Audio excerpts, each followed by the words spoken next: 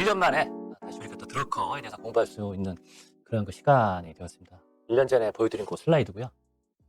유명한 말이 많죠.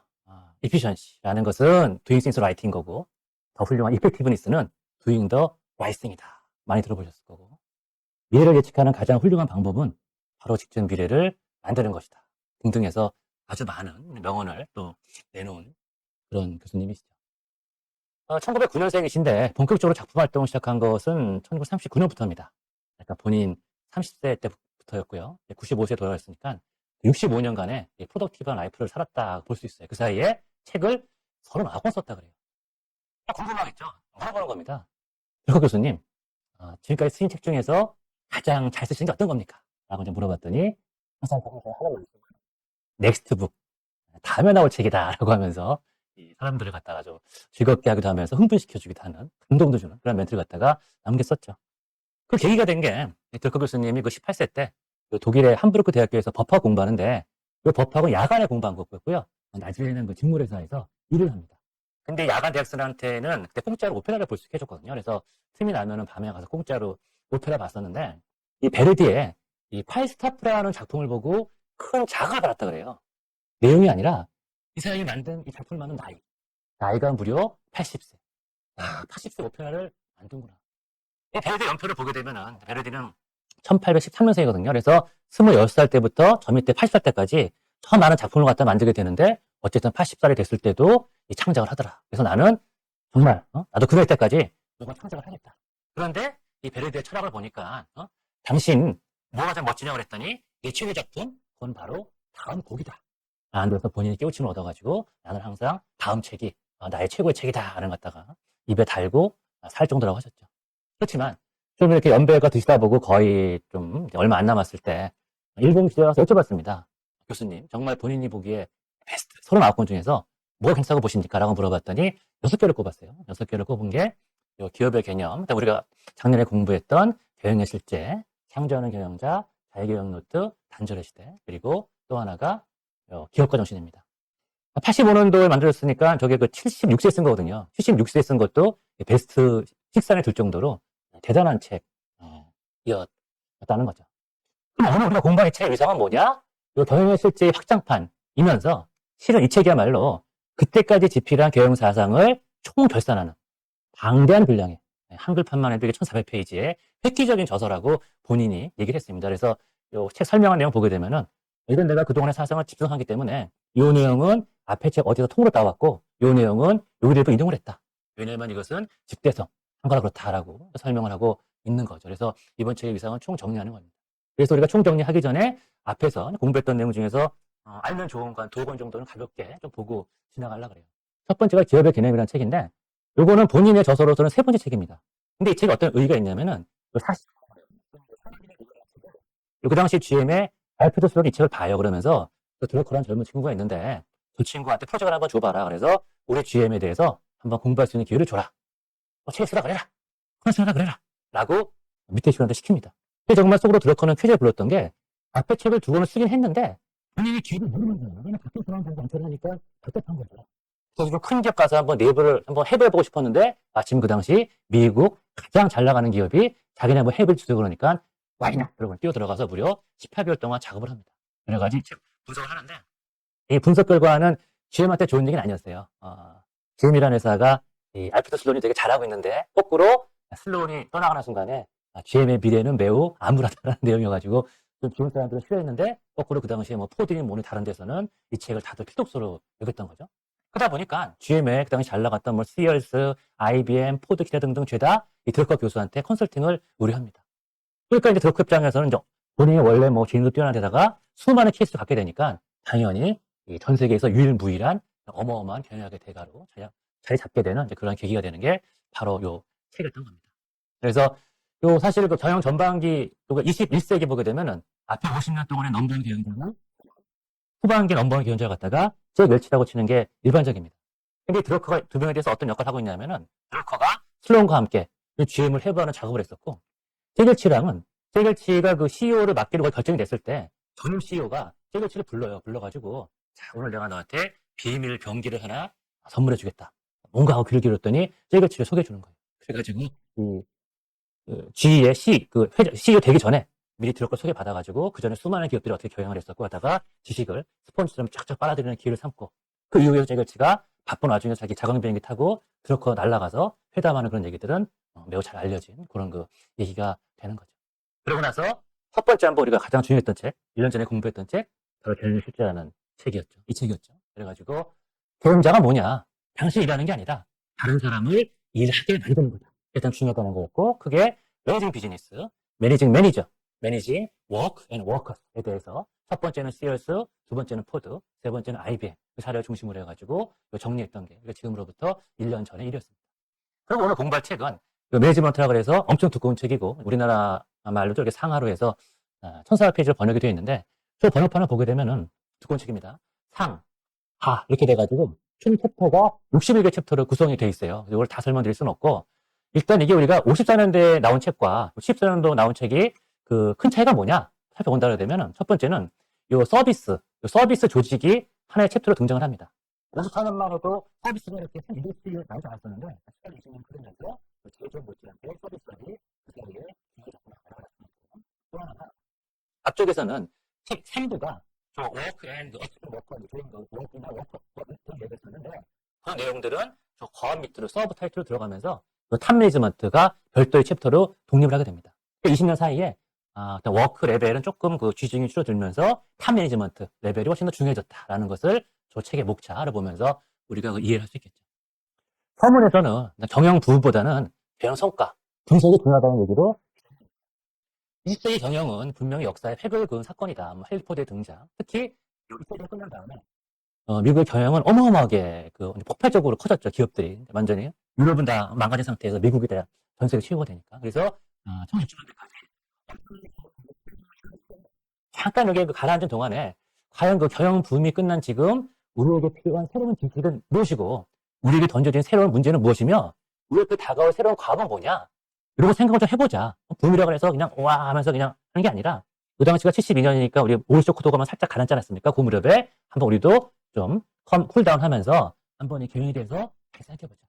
자, 포드 잘 나가는 기업인데 과연 그 경영 스타일이 맞았던 거냐? 챕터 29에서 이걸 다 설명을 하고 있는데요. 헨리 포드가 1905년에 시작해가지고 15년 후에 세계에서 가장 크고 수익성 높은 제조업체를 만들었죠. 네, 맞습니다. 모델 T1에서 저걸 만들었는데 그 당시까지만 해도 이익을 통해서 10억 달러. 요새 1조 원이 아닙니다. 요 당시 10억 달러면 뭐 상상을 못할 그런 금액인데 그런 현금을 모았다 그래요. 그런데 한 몇 년 뒤인 1927년부터 난공불락으로 여겼던 이 기업 제국이 엉망이 됐다는 게 팩트지 않습니까?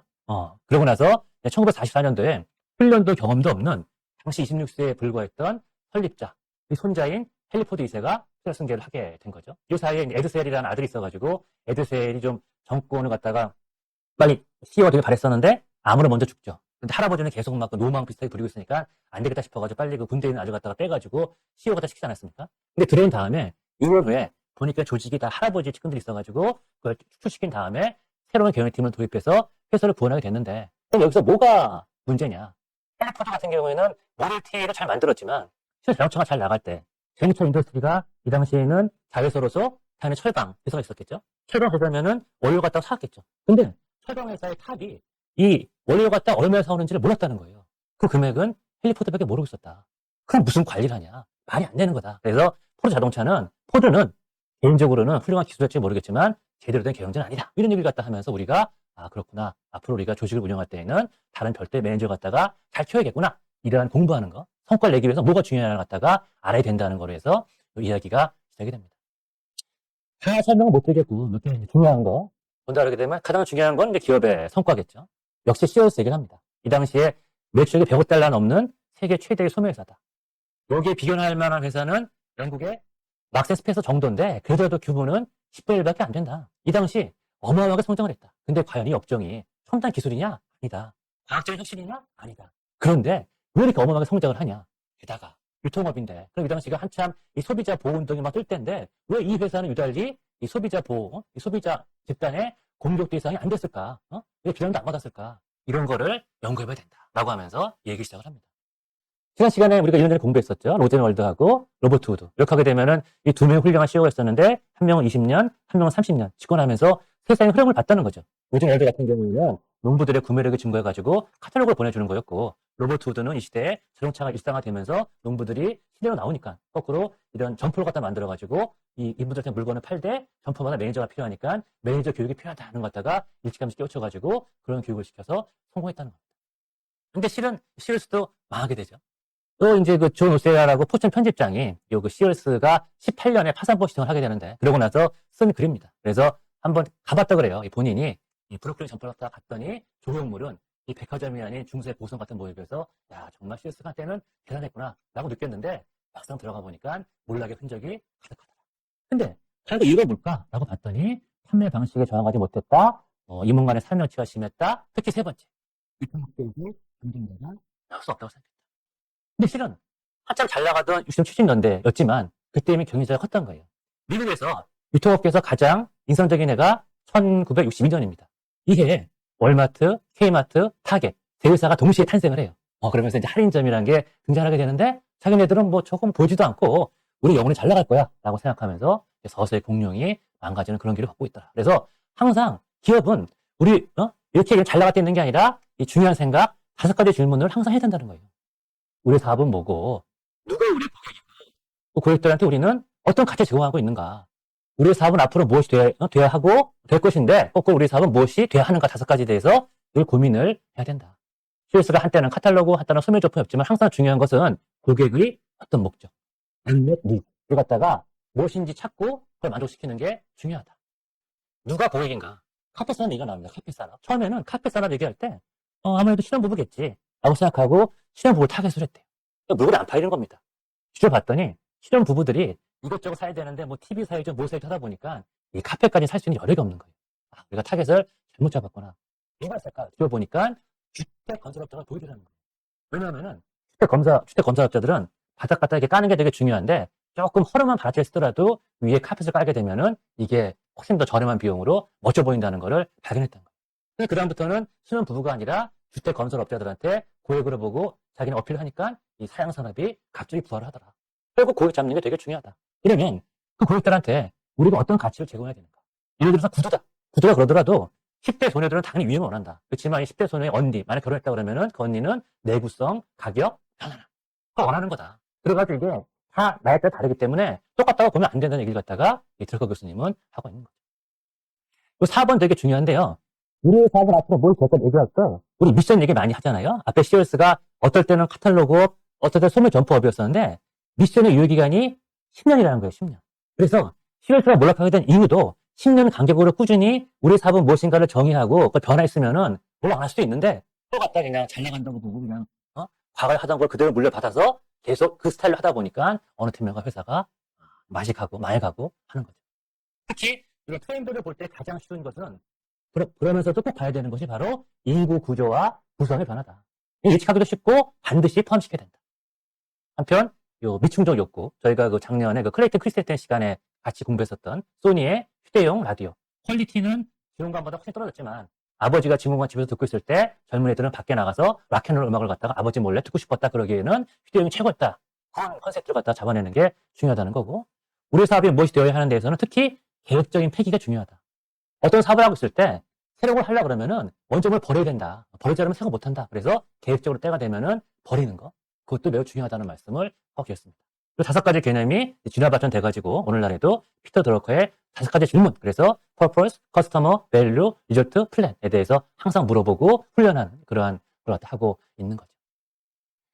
사회적 영향과 사회 책임을 잠깐 본다 그러면요. 당연히 이제 외부 CSR 같은 거 되게 중요한데 이 유니온 카바이드라는 회사의 사례가 나오고 있어요. Almost Heaven, West Virginia 이런 노래 아마 아실 텐데 거기 보게 되면은 웨스트 버지니아 주가 나오는데 거기가 미국에서 가장 가난한 지역이라고 그래요.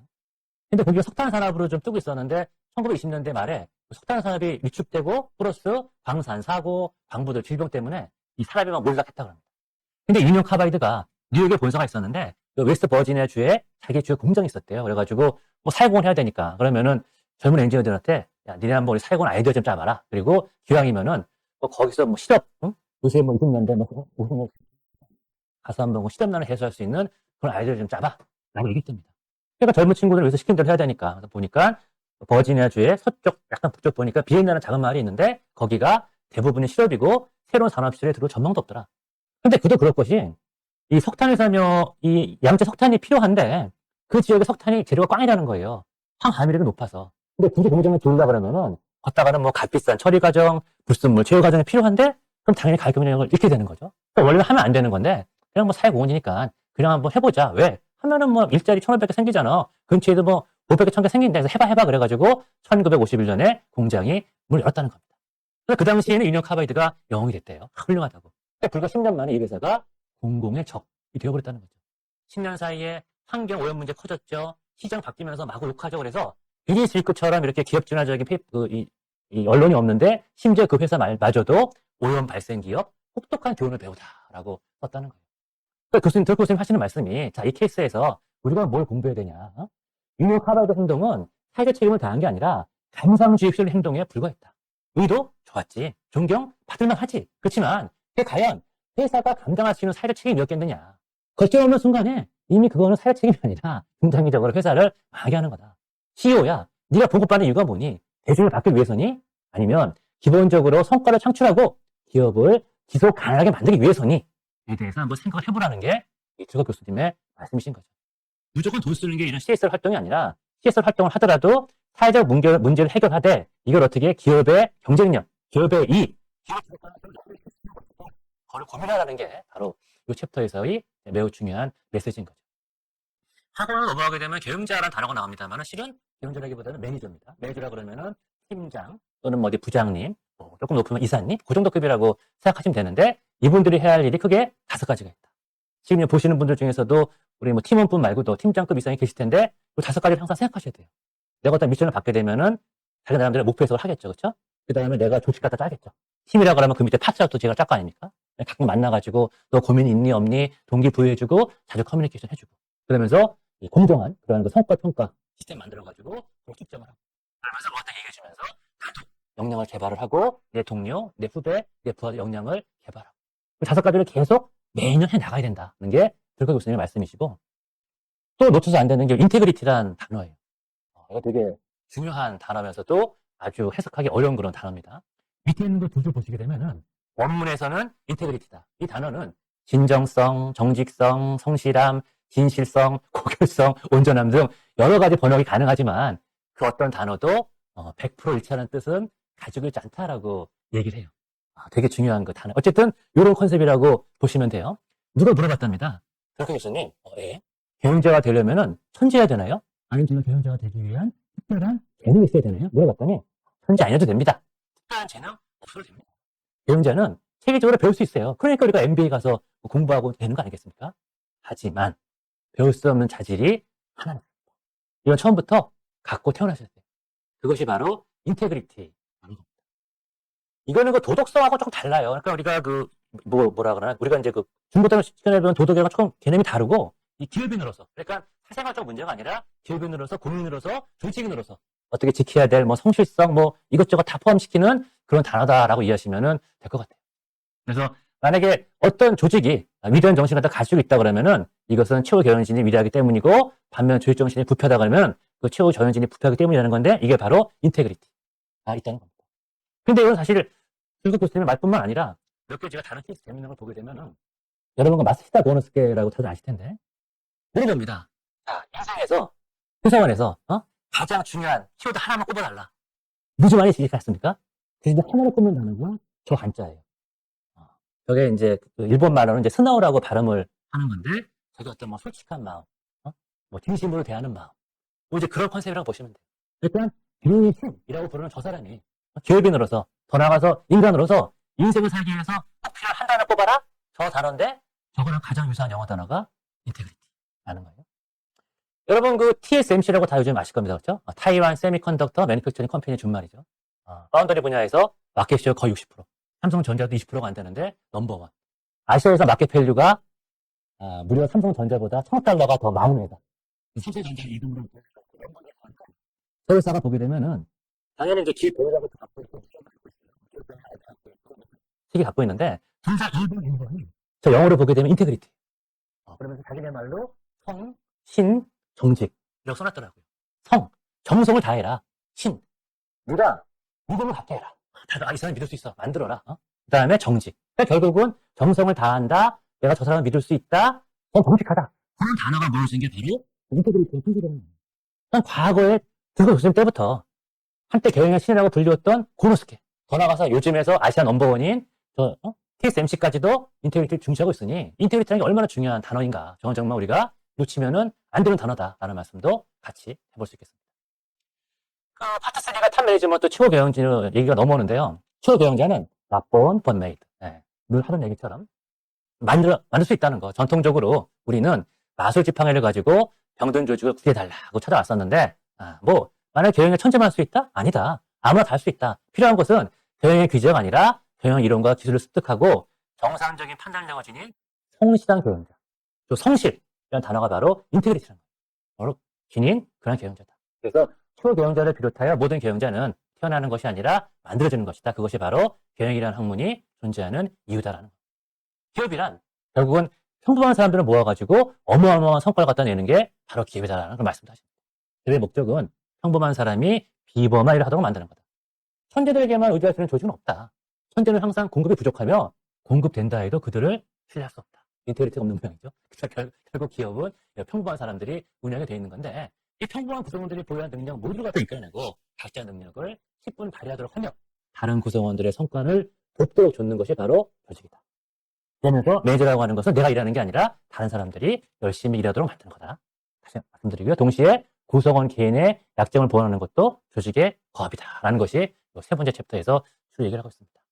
워낙 또 성명이 강조하고 그다음에 수많은 사례가 나와서 연기 천천히 참 괜찮은 책이에요. 그 고전에 대해서 여러분이 말을 많이 하시는데 삼성을 만든 이범수 회장이 이런 말씀하십니다. 나는 난독이다. 책을 읽을 때 아무 책이나 꼽아서 아무거나 던졌다는 거예요. 그렇지만 내가 노러만큼은 늘 옆에다가 두고 틈틈이 꾸준히 이렇게 스쳐가면서 읽었다. 그러니까 여러 권의 책을 볼 수도 있지만 어떤 분은 책 한 권만 가지고 죽어라고 보는 거예요.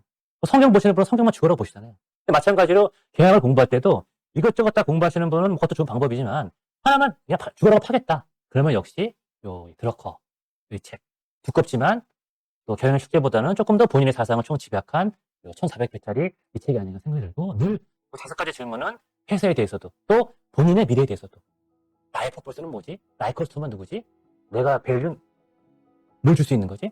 앞으로 나의 리절트는 뭐고 난 어떤 기회를 가질지에 대해서는 늘 생각을 하고 사시는 게 매우 중요하겠다라고 얘기하면서 마치겠습니다. 감사합니다.